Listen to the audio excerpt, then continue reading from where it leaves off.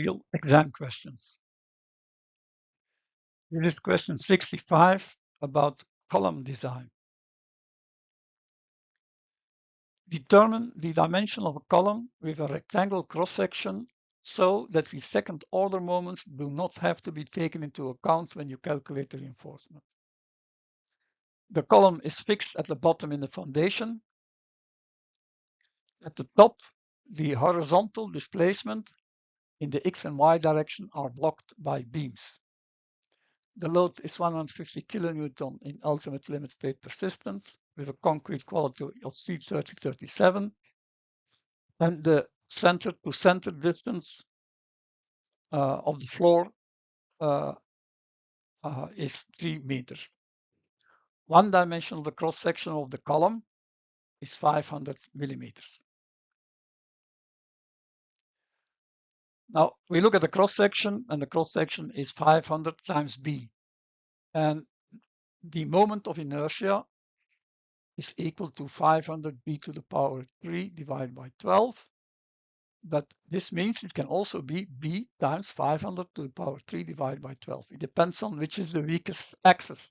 So by writing this, we suppose that 500 is the largest value, so B must be smaller than 500. If not, then we have to redo the calculations with adaptations to the moment of inertia.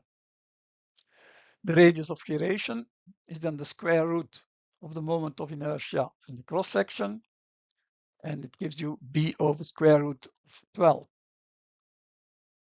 The effective length, L0, it's fixed at the bottom and restrained at the top, so it means 0.7 times the net length.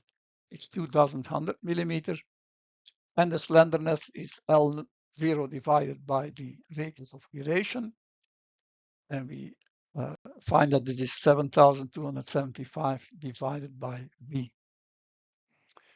So don't forget, B must be smaller than 500. The second order effects may be ignored if the slenderness is below a certain value lambda limit. And lambda limit is given by 20 times ABC divided by the square root of n. When you have a lack of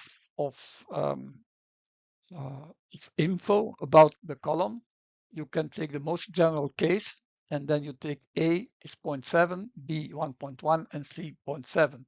So this formula becomes then 10.78 divided by the square root of n, and n is the load ratio. And the load ratio is given by the total load divided by the resistance of the concrete only.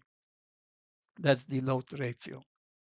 So this, because we know that the load is 150 kilonewton, we could know AC, FCD is 17, it's 0.85 times 30 divided by the material factor 1.5. And then the load ratio is 17.65 divided by D. Now we make this equal, lambda is equal to lambda limit.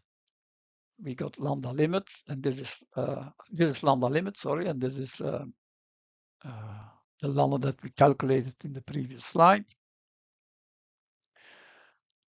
We can now substitute n in this equation. Then we have this equation, which is straightforward, when b to the power 1.5 is then equal to 2835, or b is 200 millimeter. So a column of a height of 3 meters and a size of 200 by 500 millimeter, for this column, you do not have to take second order effects into account by calculating the reinforcement.